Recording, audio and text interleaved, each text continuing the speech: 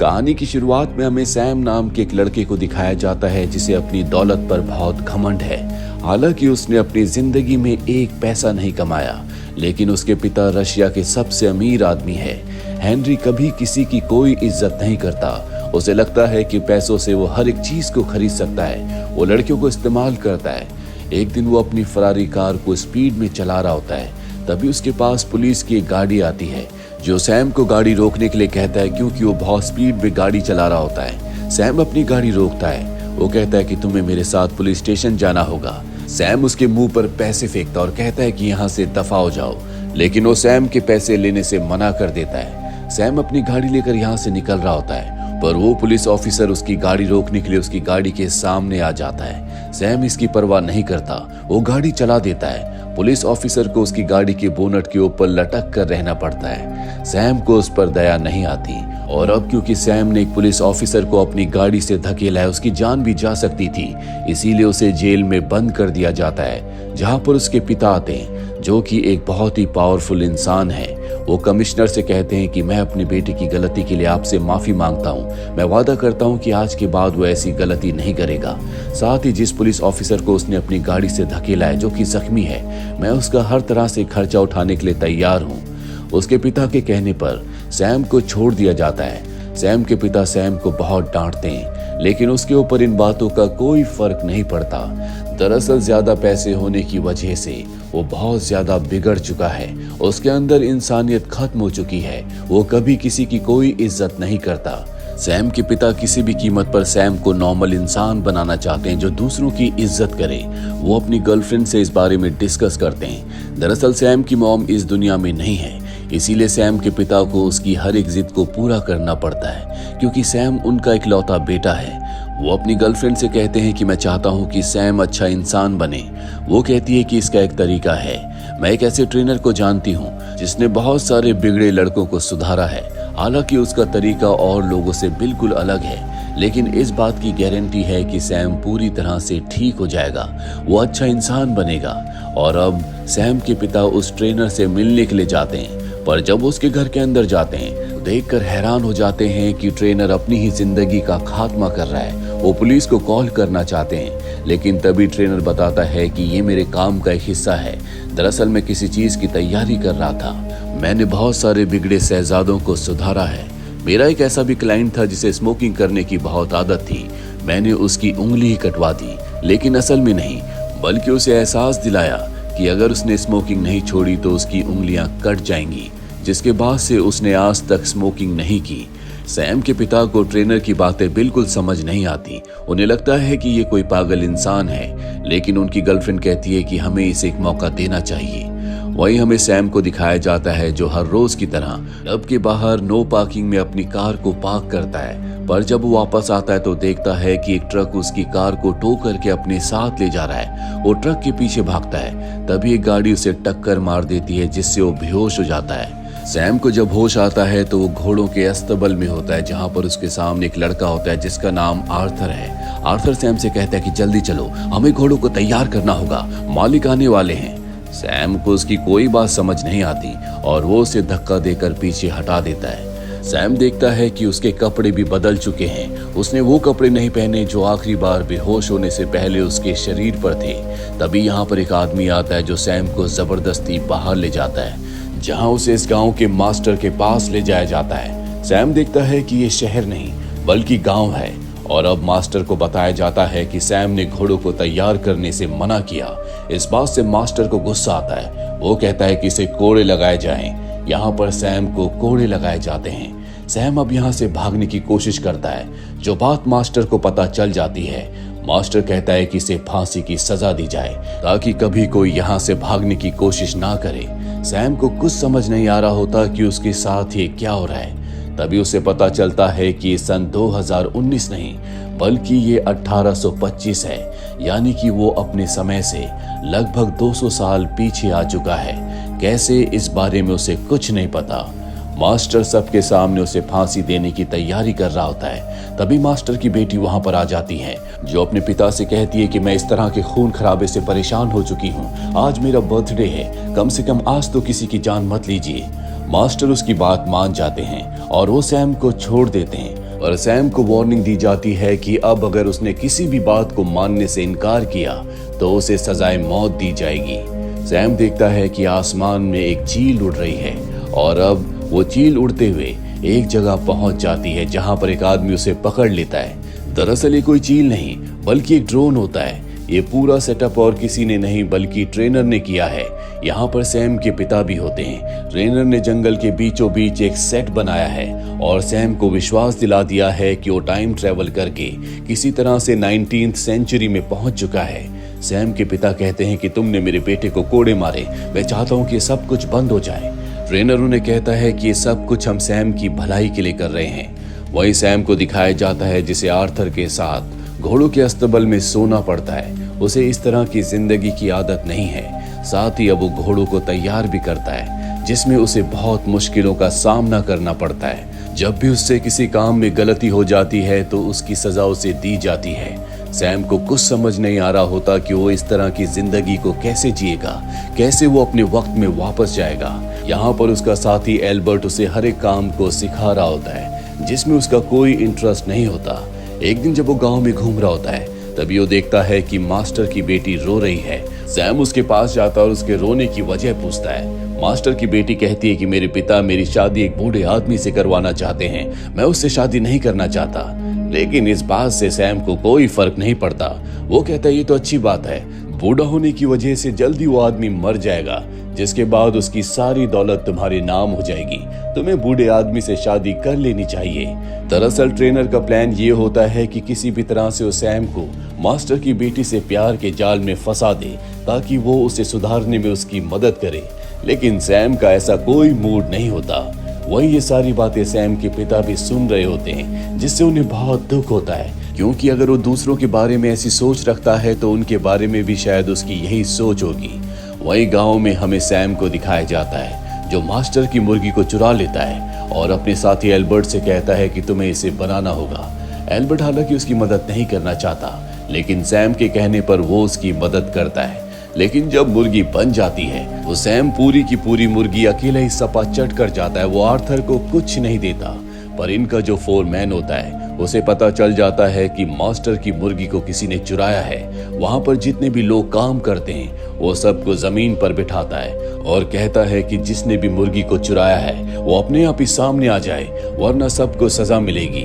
Finally उसे शक होता है आर्थर के ऊपर। वो आर्थर को उठाता और उससे पूछता है। आर्थर जब कुछ नहीं बताता तो वो आर्थर को कोड़े मारने की सजा देता है। सैम ये सब कुछ देख रहा होता है लेकिन वो सच नहीं बताता। कुछ देर के बाद आर्थर सैम के पास आता है और अपनी शर्ट ऊपर करके उसे अपने कोड़ों के निशान दिखाता है। सैम को उससे भी कोई फर्क नहीं पड़ता। वो कहता है किसी ने तुम्हें कोड़े मारे और निशान इतने हल्के, ऐसा लगता है किसी ने अपने हाथों से बनाए हैं। और ये सच भी होता है। दरअसल ये मेकअप आर्टिस्ट का काम है। यहाँ पर जितने भी लोग हैं वो सब के सब सैम को सुधारने के लिए एक्टिंग कर रहे हैं, लेकिन सैम को इस बारे में नहीं पता। वो जो कुछ रिएक्ट कर रहा है वही असलियत में वो है। यहाँ पर एक और लड़की होती है जिसका काम भी घोड़ों को संभालना है और इस लड़की का नाम रोज है। रोज गलती से घोड़े से गिर जाती है। सैम उसकी मदद करने के लिए उसके पास जाता है पर वो भी उसके ऊपर गिर जाता है और तभी सैम को खुशबू आती है गुच्ची के परफ्यूम की, जो कि इस जमाने में यानी कि 19th सेंचुरी में होना पूरी तरह से नामुमकिन है। पर इससे पहले कि वो कुछ सवाल पूछ पाता रोज वहां से चली जाती है। ट्रेनर को जब इस बारे में पता चलता है तो बहुत परेशान हो जाता है, क्योंकि वो किसी भी कीमत पर अपने एक्ट को पूरा करना चाहता है। वो सैम को बदलकर सुधारना चाहता है और अगर सैम को सच्चाई का पता चल गया तो वो कभी नहीं सुधरेगा। हालांकि अब सैम के पिता इस पूरे नाटक को खत्म करना चाहते हैं, क्योंकि इतने दिन बीत जाने के बाद भी सैम के अंदर कुछ बदलाव नहीं आया। पर तभी ने पता चलता है कि गांव में सैम रोज को ढूंढ रहा है और ये बात जब ट्रेनर को पता चलती है तो जानबूझकर रोज को सैम के सामने ले आता है, जहां पर सैम रोज से सुबह के लिए माफी मांगता है क्योंकि वो उसके ऊपर गिर गया था। वो उससे ज्यादा बात नहीं करती और वहां से चली जाती है।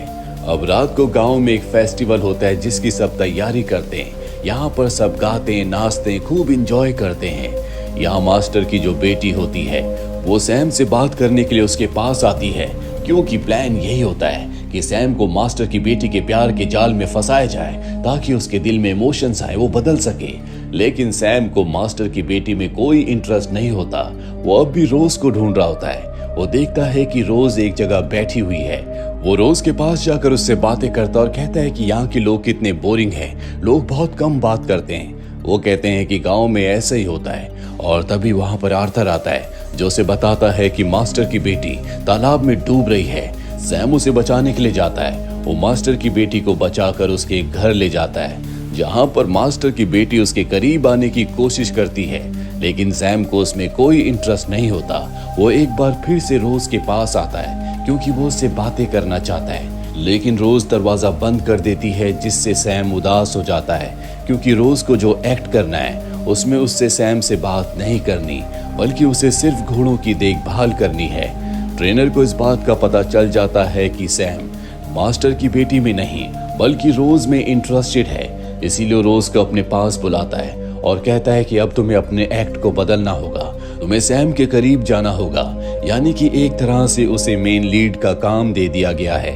लेकिन यहाँ पर रोज का बॉयफ्रेंड भी है, वही फोरमैन जो कि मास्टर का बेटा भी है। उसे इस बात पर ऑब्जेक्शन होता है। वो नहीं चाहता कि उसकी गर्लफ्रेंड रोज ऐसा काम करे, पर रोज उसे समझाती है कि ये सिर्फ एक एक्ट है जिसके हमें अच्छे खासे पैसे मिल रहे हैं। उसका बॉयफ्रेंड उसकी बात मान जाता है। अगले दिन हमें गांव में दिखाया जाता है, जहां पर मास्टर अपने बेटे फोरमैन के लिए बहुत परेशान होता है क्योंकि फोरमैन ने शहर में जाकर कुछ सिपाहियों को मारा है और अब कुछ दूसरे सिपाही उसे सजा देने के लिए गांव में आने वाले हैं। इसीलिए वो अपने पास सैम को बुलाते हैं और कहते हैं कि तुम मेरे बेटे की सजा अपने ऊपर ले लो, इसके बदले हम तुम्हें आजाद कर देंगे। सैम कुछ देर सोचता है और उनकी बात मान जाता है। कुछ देर के बाद सिपाही आते हैं, जहां पर सैम कहता है कि मैं ही मास्टर का बेटा हूं। सैम को कोड़े मारे जाते हैं, वो भी असलियत में। इसके बाद सैम फोरमैन के पास जाता है। वो कहता है कि मैंने अपना काम पूरा कर लिया, अब तुम्हें मुझे आजाद करना होगा, पर वो साफ साफ मना कर देता है। साथ ही उसे मारता भी है, उसके ऊपर थूकता भी है, पर सैम उसकी किसी भी बात को रिएक्ट नहीं करता। वो वहां से चला जाता है।